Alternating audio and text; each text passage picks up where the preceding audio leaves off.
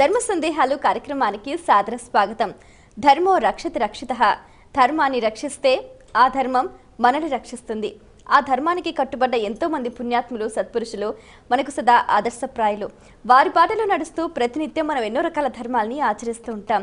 అయితే అవి ఆచరించే సమయంలో చాలా మందికి చాలా రకాల సందేహాలు కలుగుతూ ఉంటాయి, సహజమే. ప్రేక్షకులు వాళ్ళ సందేహ నివృత్తిగా ఎంతో శ్రద్ధగా మన ఈ కార్యక్రమానికి ఉత్తరాల ద్వారా, ఈమెయిల్స్ ద్వారా రాసి పంపిస్తున్నారు. వాటన్నిటికీ శాస్త్రీయ సమాధానాలు అందించడానికి మన ముందున్నారు ప్రముఖ ఆధ్యాత్మిక యాత్రికులు, మీ అందరికీ సుపరిచితులైన డాక్టర్ కాకునూరి సూర్యనారాయణ మూర్తి గారు. వారితో మాట్లాడి మరిన్ని విషయాలు వారి మాటల్లో తెలుసుకుందాం. ఈనాటి కార్యక్రమాన్ని ప్రారంభిద్దాం. నమస్కారం అండి. నమస్కారం అమ్మా.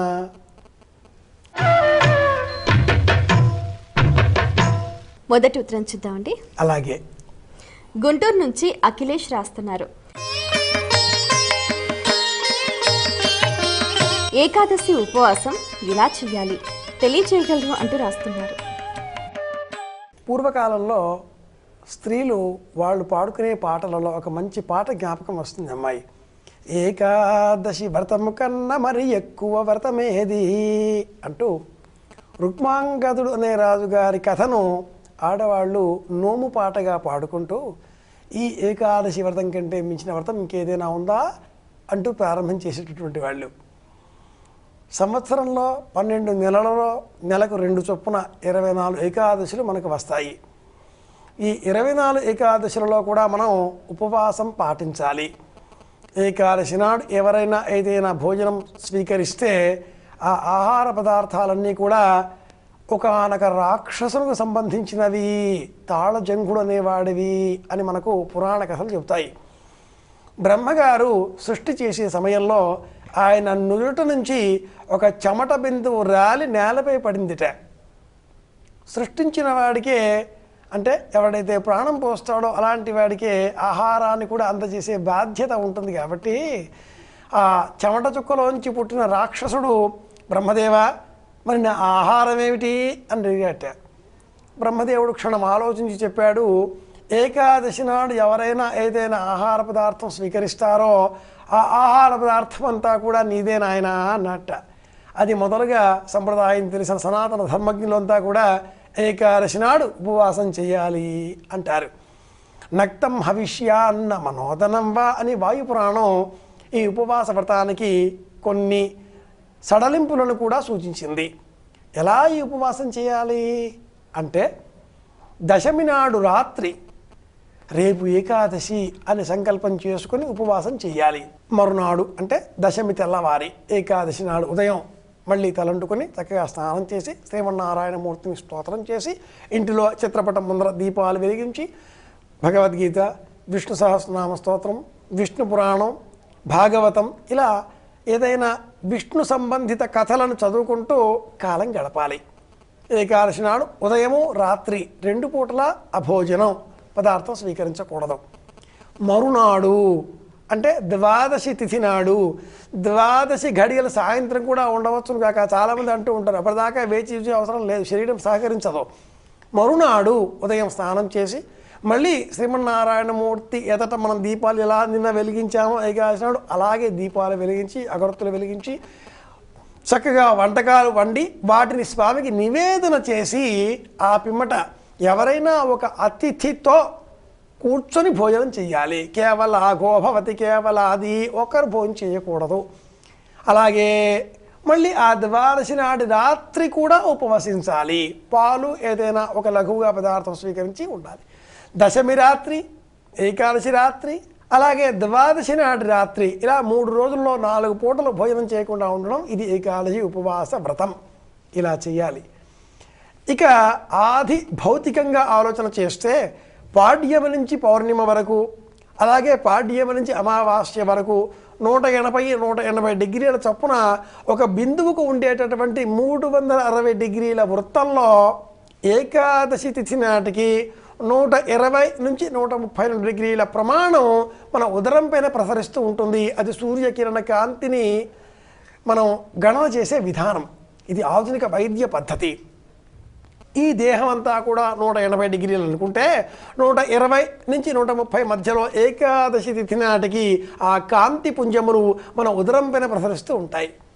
ఆ సమయంలో ఇందులో ఏ పదార్థము లేకపోతే శక్తి అంతా కూడా దేహమంతా కూడా వ్యాపనం చెంది చక్కటి శక్తిని, కాంతిని, ఓజస్సును, భ్రాజస్సును శరీరానికి అందజేస్తుంది అని ఆధునికులు కూడా గుర్తించారు. కనుక ఏకాదశి ఉపవాసం అంటే శ్రీమన్నారాయణ కథాశ్రవణం చేయడం, ఆహారం స్వీకరించకుండా ఉండడం. ఈనాటి కాలంలో దేహానికి బాధలు, రోగాలు ఉంటాయి కాబట్టి అలా వాటితో బాధపడే వాళ్ళు పాలు, పళ్ళు లేదా పంచామృతం ఒకసారి లఘువుగా ఏదైనా స్వీకరించి కూడా ఉండవచ్చు. పెసరపప్పు, బియ్యము కలిపి వండిన వంటకం గంజి వార్చనది అత్యసరు, దాన్ని కూడా ఒకసారి తిని ఉపవాసం పాటించవచ్చు అని మనకు వాయుపురాణం చెబుతుంది. ఇది ఏకాదశి ఉపవాసం పాటించే విధి విధానం. మరి ఉత్తరం చూద్దామండి. రాజోల్ నుంచి రవి రాస్తున్నారు. శివుణ్ణి పూజించే సమయంలో బిల్వానికి 3 దళాలు ఉండాలా? త్రిదళం త్రిగుణాకారం త్రినేత్రం చ త్రిచాయుధం త్రిజన్మ పాప సంహారం ఏకబిల్వం శివార్పణం అని మనకు బిల్వాష్టోత్తర శతనామాలలో శ్లోకాలలో ఒక శ్లోకం. అది ఆధారం చేసుకొని శివుడికి ఆరాధనగా సమర్పించే సమయంలో 3 బిల్వాలు ఉండాలి, అంటే బిల్వానికి 3 దళాలు ఉండాలి అని మనం చెప్పుకుంటూ ఉన్నాం. ఈ బిల్వ వృక్ష జాతులలో ఒకే పత్రి, ఒకే ఆకు ఉండే జాతి ఒకటి ఉంది, ఏక బిల్వం, అది శ్రేష్టం. అలా కాకుండా ఇదే జాతిలో అదే కుటుంబానికి సంబంధించి ప్రతి దళంలో కూడా 3 ఆకులు ఉంటాయి. ఇది ఒక జాతి. ఇందులోనే మళ్ళీ ఒకే ఆకులో 12 విభాగాలతో వచ్చేటటువంటి 12 బిల్వం కూడా ఒకటి ఉంది, అది ఒక జాతి. ఇందులో ఇంకో జాతి కూడా ఉందమ్మాయి. ఒకే ఆకు, ఆ ఆకు 3గా కనిపిస్తుంది. మనం చూసేటటువంటి పత్రి మనకు లభించేది ఒక కాడకి 3 ఆకులు ఉంటాయి, వేడివేడిగా విడివిడిగా ఉంటాయి, రాలిపోతూ ఉంటాయి.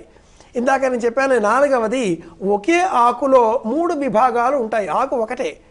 కనుక ఇప్పుడు మనకు లభించేటటువంటి పత్రి బిల్వం, మారేడు, దీన్ని మనం అర్పించే సమయంలో 1 ఉంది, 2 విడిపోయాయి, ఇలా ఏ అనుమానాలు పెట్టుకోవక్కర్లా. ఏ పత్రి అయినా కూడా పరమేశ్వరుడు సమర్పించింది స్వీకరిస్తాడు. ఇక్కడ మనం మన భక్తి శ్రద్ధ కొలది ఆ పత్రిని తుంచే సమయంలో నిర్లక్ష్యంగా వ్యవహరించకుండా 3 దళాలు ఉండేటట్లుగా జాగ్రత్తగా పెట్టాలి అనే ఏకాగ్రత కోసమే చెప్పారు. కానీ అందులో 2 ఊడిపోయాయి, 1 పెట్టాం, శివుడు 3వ కన్ను తెరుస్తాడా? అలా ఏమీ లేదు. శివుడు బోళాశంకరుడు. ఇందాక చెప్పుకున్నట్టుగా 4 విధాలుగా మారేడు పత్రి, బిల్వ పత్రము మనకు లభిస్తాయి. ఒకే ఆకు, 3 ఆకులు, 12 ఆకులు, అంటే విడివిడిగా కాదమ్మా, ఒకే ఆకు 12 కోణాలతో, అలాగే ఒకే పత్రి ఒకే ఆకులో 3 విభాగాలతో, ఇలా నానా రకాలుగా లభిస్తున్నాయి. కాబట్టి మనం స్వామికి లభించే పత్రిని సమర్పిద్దాం. నిర్లక్ష్యం లేకుండా మనస్పూర్వకంగా భక్తి శ్రద్ధ ఆసక్తితో నియమ నిష్టలతో పరమేశ్వర ఆరాధన చేద్దాం. అంతేగాని ఒకటి ఊడిపోయింది, 2 ఉన్నాయి, పారేద్దాం, పెట్టకూడదు, అలా ఆలోచించకూడదు. దాని ముళ్ళుంటాయి, మరి శివుడి ముళ్ళతో పెడదామా? సేకరించి విడివిడిగా త్రుంచి భక్తి శ్రద్ధతో సమర్పించాలి. ఓం నమః శివాయ, ఇది ప్రధానం. మరి ఉత్తరం చూద్దామండి. కాకినాడ నుంచి రాధా రాస్తున్నారు. భోజనం చేసే సమయంలో విస్తరి చుట్టూ నీళ్లు ఎందుకు తిప్పుతారు? ఇది కేవలం బ్రాహ్మణుల్లోనే అలవాట్లో ఉన్న సంప్రదాయం, ఇతరులు చేయడం లేదు, వాళ్ళకు మాత్రమే ప్రత్యేకమా? అలాంటి సందేహాలు కూడా చాలా ఉంటాయి. అందరూ చెయ్యాలి. జనులంతా కూడా ఆహారం స్వీకరించే సమయంలో భోజన పాత్ర పదార్థములన్నీ వడ్డించిన పిదప, అది విస్తరి కావచ్చు, పళ్ళెం కావచ్చు, అది అందులో ఉండే పదార్థము మనకు మాత్రమే సంబంధించింది అనే సంకల్పంతో చేతిలో నీళ్లు పుచ్చుకొని గాయత్రి మంత్రం చెప్పి భర్గో దేవస్య ధీమహి ధియో యో నః ప్రచోదయాత్ అని చెప్పి ఆ చుట్టూ కూడా నీళ్లు తిప్పుతాం. అమృతమస్తు అంటాం. అంటే ఈ పదార్థం అమృతమయం అగుగాక, అమృతోపస్తర నమసి అని చెబుతాం. ఆ పిమ్మట చేతిలో నీళ్లు పట్టుకోవాలి. ఈ నీళ్ళని ఎవరికి వాళ్ళు పోసుకోకూడదు. సంప్రదాయంలో ధర్మం వేరు, ఆచారం పాటింపుగా వచ్చింది వేరు. ఏం చేస్తున్నాం మనం అంటే, ఎవరైనా కూడా భోజనం చేసే ముందు ఆ బిస్తరి పాత్ర పైన ఇలా నీళ్లు చిలకరిస్తారు, ఆ పోషణం ఇలా చల్లుతారు. ఇది నీళ్లు ఇలా పోయడం వేరు, ఇలా చిలకరించడం వేరు. ఇలా చిలకరించాలి. ఆ పిమ్మట మరి కాసింత నీరు తీసుకొని సవ్య ప్రమాణంలో క్లాక్ వైజ్ ఆంగ్లంలో చుట్టూ తిప్పాలి. మళ్ళీ కాసింత నీరు తీసుకొని అమృతోపస్తరణమసి అని చెప్పి స్వీకరించాలి. ఈ తీసుకునే నీరు మనకై మనం తీసుకోకూడదు, ఎవరైనా వెయ్యాలి. అలా వేయకుండా మనమే తీసుకుంటే ఆ తీసుకునే పదార్థం ఆత్మపిండం అవుతుంది. ఎవరైనా భోజనం పెడితే వాళ్ళకి ఆపోషణం వేశారా అంటూ ఉంటారు. అపహ అంటే నీరు, అశనం అంటే అన్నం. అన్నానికి సంబంధించినటువంటి పవిత్రమయం చేసేటటువంటి నీరు ఎవరికి వారు తీసుకోకుండా ఎవరైనా వెయ్యాలి, ఇల్లాలు పోయాలి, ఇంకెవరన్నా వెయ్యాలి, పుచ్చుకోవాలి. ఎవడూ లేకుండా వాడే ఉన్నాడు తింటున్నాడే వాడి కర్మ కాలింది అంటారు. కనుక వాడు పోసుకోకుండా ఎవరన్నా పోయాలి. ఎవరు లేకపోతే ఏం చేస్తాం, వాడే పోసుకుంటాడు. అమృతోపస్తరణమసి తీసుకుంటాడు. ఆ పిమ్మట ప్రాణాయ స్వాహ, అపానాయ స్వాహ, వ్యానాయ స్వాహ, ఉదానాయ స్వాహ, సమానాయ స్వాహ అని 5 సార్లు ధేను ముద్ర అంటారు దీన్ని. ఉంగరం వేలు, మధ్యవేలు, బొటన వేలు, ఈ మూడింటితో 3 లేక 5 అంతకంటే ఎక్కువ మెతుకులను, నెయ్యి కలిపిన మెతుకులను ఇలా పట్టుకొని ప్రాణాయ స్వాహ నోట్లో వేసుకోవాలి. పంటికి తాకకుండా నాలిక పైన పడాలి, మెతుకులలోనికి మింగేయాలి. ఇది లోన ఉన్నటువంటి వైశ్వానరుడు అనే పేరు గల ఆత్మశక్తికి ఆహారం అవుతుంది. ప్రాణాపాన వ్యానోదానామే శుద్ధ్యంతాం జ్యోతిరహం విరజా విపాప్మా భూయాసం అంటుంది వేదం. ఈ దేహమంతా కూడా కాంతితో ఓజస్సుతో ప్రకాశిస్తున్నది అంటే లోన ఉండేటటువంటి ఈ వైశ్వానరుడు అనే పేరు గల అగ్నిహోత్రం. అది లేకపోతే పడిపోతుంది. అలా ఉండాలి. ఇదిగో ఇలా తినాలి. ఇది బ్రాహ్మణులు మాత్రమే కాకుండా అందరూ చేస్తే క్షేమం కలుగుతుంది. మంత్రం అక్కర్లా, ఈ పదార్థం మనది అనుకోవడం, నీళ్లు తిప్పడం, నమస్కారం చేయడం, 5 స్వాహాకారాలు శబ్దాలు చెప్పకపోయినా పర్వాలేదు, 5 సార్లు అలా నోట్లో వేసుకొని నమః నమః అంటూ 5 సార్లు వేసుకొని అన్నపూర్ణే సదాపూర్ణే శంకర ప్రాణవల్లభే జ్ఞాన వైరాగ్యం భిక్షాం దేహి చ పార్వతీ జ్ఞాపకం వస్తే అనుకుందాం, లేకపోతే అన్నపూర్ణాయై నమః నెమ్మదిగా భోజనం చేయడం ప్రారంభిద్దాం. శరీరానికి శక్తినిచ్చేది ఆహారం, మనస్సుకు శక్తినిచ్చేది మంత్రపూతమైన ఆహారం. కనుక పాత్ర చుట్టూ అలా ఆ పోషణం చిలకరించాలి. గుణనిధి కథలో ఆ పోషణం మర్చిపోతాడు వాడు, ఫలితం అనుభవిస్తాడు కదా. కనుక నీళ్లు ఎందుకు, ఇదిగో ఇందుకు.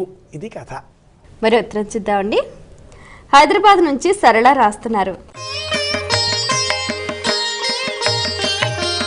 గడప పైన లేదా గడప దాటే సమయంలో తుమ్ములు వస్తే ఏం చెయ్యాలి? గడప దాటే సమయంలో తుమ్ము వస్తే గోవింద గోవింద అని అనాలి. ఆ పిమ్మట ఆ ద్వారబంధానికి ఉండే అగ్రభాగాన్ని చూడాలి. లోనికి వెళ్ళి, అంటే లోనుంచి బయటికి వచ్చే సమయంలో తుమ్ము వస్తే లోనికి వెళ్ళి కాసింత నీరు తెచ్చి ఆ ద్వారబంధానికి ఇరువైపులా కూడా చిలకరించాలి. లోనుంచి బయటికి వస్తున్నప్పుడు తుమ్ము వస్తే ఇలా చేయాలి. బయట నుంచి లోనికి వెళుతున్నాం, తుమ్ము వచ్చింది, అప్పుడు బయటి వాళ్ళు బయటే ఆగాలి. లోన ఉన్నవాళ్ళు కాసింత నీరు తీసుకువచ్చి ఆ గడపకి ఇరువైపులా కూడా చిలకరించాలి. కాసింత ఇంకా కొన్ని నీళ్లు ఆ పై భాగంలో ఉండే ద్వారబంధానికి కూడా చిలకరించాలి. ద్వారబంధం పైన మహాలక్ష్మి ఉంటుంది. ఎందుకు ఇంత కథ అంతా కూడా అంటే, తుమ్మే సమయంలో మన జీవనాడి కొన్ని సెకండ్ల పాటు ఆగిపోతుంది. 20 నుంచి 28 సెకండ్ల పాటు గుండె కొట్టుకోవడం స్తంభిస్తుంది. ఒక రకంగా ఇది మరణంతో సమానం. ఆ తుమ్మే సమయంలో మెడ వెనక్కి పట్టుకుపోయినా, క్రిందకు వంగి తుమ్మి అలా ఆగిపోయినా ప్రాణాపాయం కూడా సంభవిస్తుంది. 20 నుంచి 28 సెకండ్ల పాటు కనుక ఒక రకంగా మరో మృత్యువు. అందుకే గడప పైన, ఈ గడప పైన మరణ కాలంలో కూడా ఒక సంస్కారం పాటిస్తారు. ఇంట్లో ఎవరైనా కాలవశాత్తు దేహాన్ని విడిచిపెడితే ఆ శవయాత్రతో పాటుగా ఇల్లాలు గడప దాటకూడదు, గడప వరకు వచ్చి ఆగిపోతుంది ఆవిడ. గడప దాటి బయటికి వెళ్ళినటువంటి కర్త కుమారుడు దేహాన్ని తీసుకువెళ్ళి దహనం చేసి తిరిగి ఇంటికి వచ్చే సమయంలో లేదా 10వ రోజు నాడు ఆ గడపకి అడ్డంగా ఒక రోలు కూడా వేస్తారు, ఆ రోకలి కూడా వేస్తారు. రోకలితో గడపని దాటి లోనికి వచ్చే ముందు అక్కడ నెయ్యి ఉంటుంది, ఆ నేతిని కడుపుకు రాసుకోవడం ఒక ప్రాంతీయ ఆచారం. లేదా ఆ గడప పక్కన కాసింత బెల్లము, శనగపప్పు, పెసరపప్పు లేదా ఇంకేదైనా పప్పు ధాన్యం పెడతారు, శనగలు పెడతారు. వాటిని కొరికేసేసి లోనికి రావాలి ఆచారం. గడప శ్రీ మహాలక్ష్మి, ఇంటికి సౌభాగ్యానికి ఆనందానికి ప్రతీక. దానిని దాటే సమయంలో మనం తుమ్ము వస్తే అది అపమృత్యువు, ప్రాణాపాయాన్ని సూచించేటటువంటి ఘటన సంభవించింది. కాబట్టే ఆ సమయంలో ఇలా రాగానే శుద్ధి, గడప శుద్ధి మహాలక్ష్మి పైన ఉంటుంది. పూర్వకాలంలో ద్వారబంధానికి పైన మహాలక్ష్మి ఇరువైపులా కూడా ఏనుగు తొండములు ఇలా కలశములతో ఎత్తుపెట్టుకుని ఉండగా ఉండేటటువంటి చెక్క బొమ్మని ద్వారబంధం పైన చిత్రకారుడు నాడిగా చిత్రించేవారు, లేదా వడ్రంగులు దాన్ని చెక్కేటటువంటి వారు. క్రమంగా ఆ ద్వారబంధాలు ఈనాటి కాలంలో మృగ్యమవుతున్నాయి, లోపించిపోతున్నాయి. కానీ తుమ్ము అనేది మరణానికి ప్రతీకగా సంప్రదాయం గుర్తించింది. కాబట్టి అలా వచ్చిన సమయంలో గడపని కడగాలి, ద్వారబంధాన్ని శుభ్రం చేసుకోవాలి. ఇది పాటించే అవసరం. మరి ఉత్తరం చూద్దామండి. కళ్యాణ్ హైదరాబాద్ నుంచి రాస్తున్నారు. వివాహ సమయంలో ఉంగరం తొడగటంలో ఉన్న ప్రాధాన్యత ఏమిటి తెలియజేయగలరు అంటూ రాస్తున్నారు. వివాహం అంటేనే అమ్మాయి విశేషంగా వహించడం అని అర్థం. ఏమిటి వహించడం? బాధ్యత. అమ్మాయిని అబ్బాయికి ధర్మేచ అర్థేచ కామేచ త్రియైషాః నాతి చరితవ్య అని చెబుతూ ఆ కన్యాదాత అమ్మాయి తండ్రి అబ్బాయి కాళ్ళు కడిగి అబ్బాయికి కూడా ఒక ఉంగరం అంగుళీయకం తొడిగి ఆ పిమ్మట అమ్మాయి చేతికి కూడా ఒక ఉంగరాన్ని ధరింపజేసి కామో దాత కామ ప్రతిగ్రహీత కామకం సముద్రమావిశ కామేన త్వా ప్రతిగృహ్ణామి కామైతత్తే ఏషాతే కామదక్షిణ ఉత్తానస్తువ ఆంగీ రస ప్రతిగృహ్ణాతు అని చెప్పి సాలంకృత సహిరణ్యోదక కన్యాదానమహం అని సంకల్పంతో పాటుగా సంప్రదదే అని ఆగిపోతాడు. నా మమ అని చెప్పడు. సాలంకృత అలంకరింపబడినటువంటి సహిరణ్యోదక స్వర్ణసూత్రంతో కూడుకున్నటువంటి అమ్మాయిని, ఉంగరంతో కూడుకున్నటువంటి అమ్మాయిని బంగారు ధార, నీటి ధార, జలధార స్రవిస్తూ ఉండగా ఇస్తున్నాను నాయనా అంటాడు. మనం ఈ ఉంగరానికి ఏమిటా ఇంత అనుకుంటే అన్ని మతాలలో కూడా ఉంగరం వేలికే ఉంగరం తొడుగుతారు. ఆంగ్లంలో చెప్పాలి అంటే కన్యావరణం, వధూవరణం నిశ్చయం, కన్యా నిశ్చయం, వధూ నిశ్చయం. అప్పుడు అన్ని ఆంగ్లంలో ఎంగేజ్మెంట్ రింగ్ అంటారు, వివాహంలో మ్యారేజ్ రింగ్ అంటారు. ఆ ప్రకారంగా వెళితే ఆ తర్వాత సఫరింగ్స్ వస్తాయి. మన పద్ధతిలో ఈ సఫరింగులు, ఎంగేజ్మెంట్ రింగులు లేవు. ఇక్కడ బటువు అంటారు. పెట్టేటటువంటి ఉంగరంలో ఏ రత్నములు ఉండకూడదు. శ్రీమద్ రామాయణంలో రామచంద్రమూర్తి నిరాలంకారుడై ఆభరణాలన్నీ కూడా విడిచిపెట్టి నారచీరలు ధరించి అడవికి వెళ్ళాడు. అదే కదా దశరథుల వారి కోరిక, ఆజ్ఞ, కైకేయి కోరిక. అన్ని ఆభరణాలు తీసేశాడు, కానీ అంగుళీకం మాత్రం అట్టి పెట్టుకున్నాడే. అన్నీ తీసేయాలిగా. అది ఎందుకుందో అది సీతాదేవి ఇచ్చినటువంటిది. జానపదులు ఒక చక్కటి పాట పాడతారమ్మాయి. వామనాలు ఆడుదామ వనిత జానకి. సీతాదేవి రామచంద్రమూర్తి ఇద్దరు కలిసి వనగుంతలు ఆడుకున్నారట. అంతా ఓడిపోయాడు రాముడు. రాముడు ఆడంగానే గుంతలన్నీ, వంపులన్నీ వంపులాయను అని ఆవిడ గేలి చేస్తుంది. అయితే సీత నా చేతిలో ఏమి ఉన్నవి అని ఆవిడ అడగానే ముత్యాలు దాపిన ఉంగరం ఉన్నది అంటుంది ఆవిడ.